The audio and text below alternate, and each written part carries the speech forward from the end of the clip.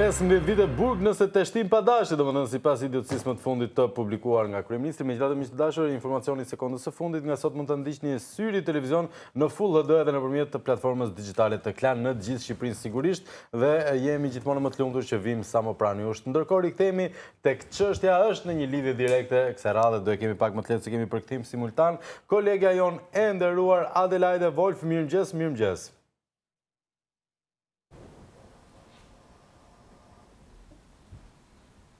Nuk duhet shumë kohë për përkthyer mirëmëngjes. Good morning. Morgan. Dakor. Atëherë, zonja Wolf, mund na e tregonin nga këndvështrimi juaj sigurisht eksperiencën e 17 majit në Tiranë. What is your experience? What is my experience in which way? What is your experience for what happened on the 17th of May in Tirana?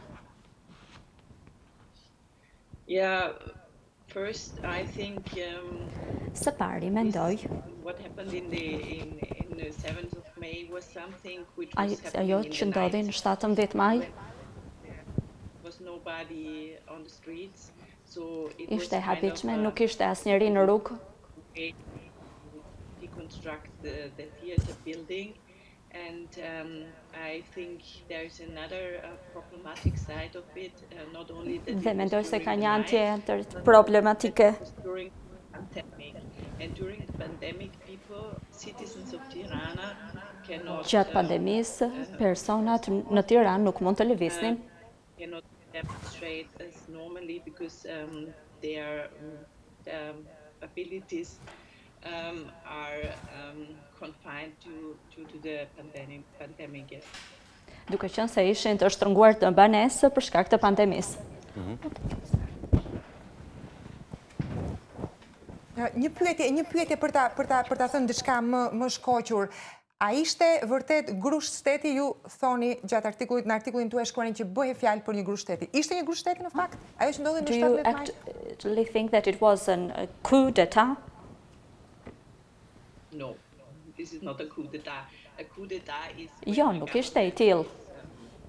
falling to an act of violence, but this is not a coup d'etat. But this was something which was against, let's say, some standards of transparency in democracy. And I think what was basically lacking was public discourse, a dialogue. Mendoj se nuk ishte një grush shteti, por ishte një problematik në të cilën nuk kishte komunikim dhe një diskutim me publikun. Yeah, and a way to deal with a controversial situation in let's say, mature political way. And Dhe nuk what we ishte një saw kulturë e was duhur për ta trajtuar problemin me maturi. Gjatë artikullit tuaj, zonja what we saw Wolf, was not only problematic because it was not transparent, but also that people felt like betrayed. Nuk ishte një proces transparent dhe madje njerëzit u ndjen të tradhtuar. gjatë artikullit tuaj e citoni një farë analogjie me Adolf Hitlerin. Theater, but because of the circumstances, and the first thing which was so also problematic was that this plan to build a new theater was connected to a public-private partnership project, and this public-private partnership project included that citizens could also lose some public space. Problematike kryesore ishte se projekti për teatrin e ri ishte organizuar me një partneritet publik-privat dhe për këtë arsye qyteti do të humbasë hapësirën e tij publike. Sigurisht, sigurisht. Ndërkohë ju gjatë artikullit tuaj keni bërë një lidhje me Hitler, një krahasim me Adolf Hitlerin. In your article you make a comparison with Vite që Hitler. lexojmë në Shqipëri veprime që krijojnë idenë e analogjisë me Adolf Hitlerin. So there is an analogy in the actions, similar to Hitler. A do t'i japit njëtin përfitim politik në një parashikim nëse mund ta bëni? I never made any comparison to Hitler and I would never do that. Jo, nuk kam bërë asnjë krahasim me Hitlerin dhe nuk do ta bëja kur një gjë të tillë. Zonja Adelheid, ju keni shkruar shumë për Shqipërinë dhe keni shkruar edhe një shkrim shumë interesant në lidhje me zgjedhjet e qershorit të kaluar, zgjedhjet lokale, të cilat i keni konsideruar si një rikthim në komunizëm, në mos gabohem. Është vërtet? Që ti referohemi asaj që keni thënë. Të paktën sipas përkthimit që është bërë shkrimeve të tuaja në shqip, gjithmonë, i referohemi përkthimit shqip. For instance, the whole Pyetja ime situation është, what gets more polarized in Albania.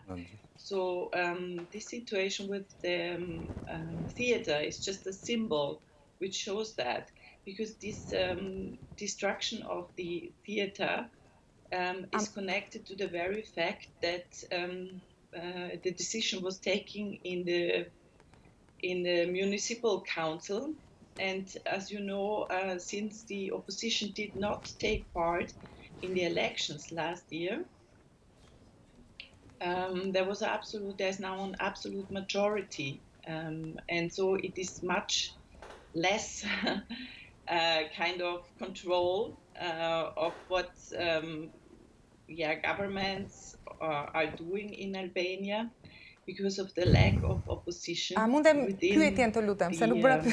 within the democratic framework. Atëherë problemi ka qenë lidhur me shkatërimin e teatrit të ri. Kryesisht lidhja që ka pasur ky shkatërim me mënyrën se si është marrë vendimi në Këshillin Bashkiak. Sipas zgjedhjeve të kaluara nuk kishte një opozit që mori pjesë në zgjedhje dhe kështu që ne kemi një mazhorancë absolute dhe në këtë mënyrë kemi një kontroll të plotë prej qeverisë në Shqipëri. Pyetja ime ishte, duke u referuar zgjedhjeve, shkrimit të saj të Adelaides të pas zgjedhjeve lokale, a e prisit një situatë të tillë?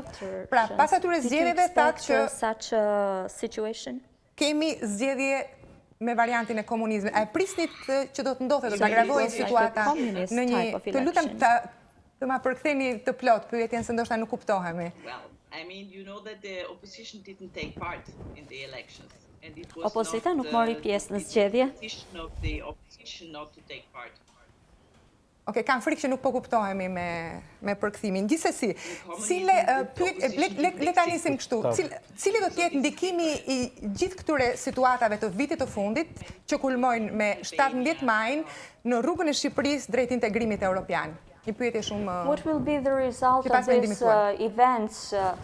Starting with the elections and continuing with the destruction, the demolition of the theater, toward Albania's integration to the EU. Sorry, can you repeat again? What do you think will be the path of Albania toward the European integration based on these elections that recently occurred and the demolition of the theater? Jo, nuk është për zgjedhjet, po flas situata, duke u nisur nga situata e muajve të fundit që kulmon me 17 majin. So based on the situation of these current months that climaxed with the 17th of May.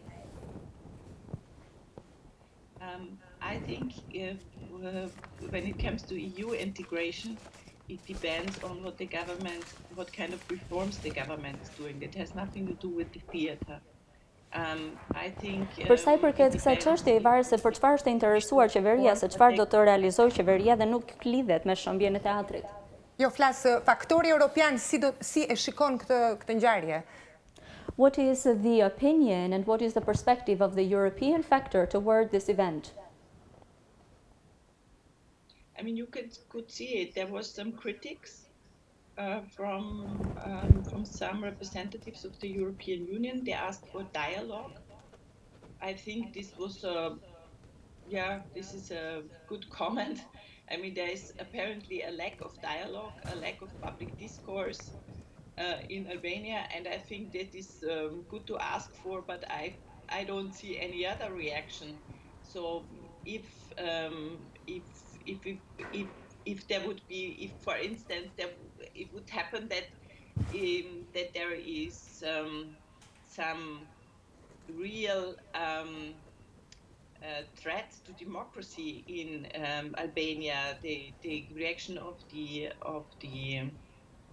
EU would be stronger. But what I think would be very good and necessary now to investigate the police action when it comes to the demolition of the theater, because apparently there was an excessive force of use of police force. And I think it would be very good to do an investigation what happened there. Sikur se dihet, në nivel evropian nga përfaqësuesit e Bashkimit Evropian ka pasur kritika mbi të gjitha për mungesën e dialogut dhe të diskutimit me publikun dhe nuk ka pasur reagime të tjera. Ajo çka unë mendoj se do të përbënte një kërcënim real ndaj demokracisë, do të merrte komente të forta, një reagim të fortë prej Bashkimit Evropian. Mesazhi kryesor tashmë është që të hetohen veprimet policore për shkak të forcës së tepruar që është ushtruar prej policisë. Dakor, të falenderojmë shumë kolegen Adelhajde Wolf. Vielen Dank, Frau Wolf.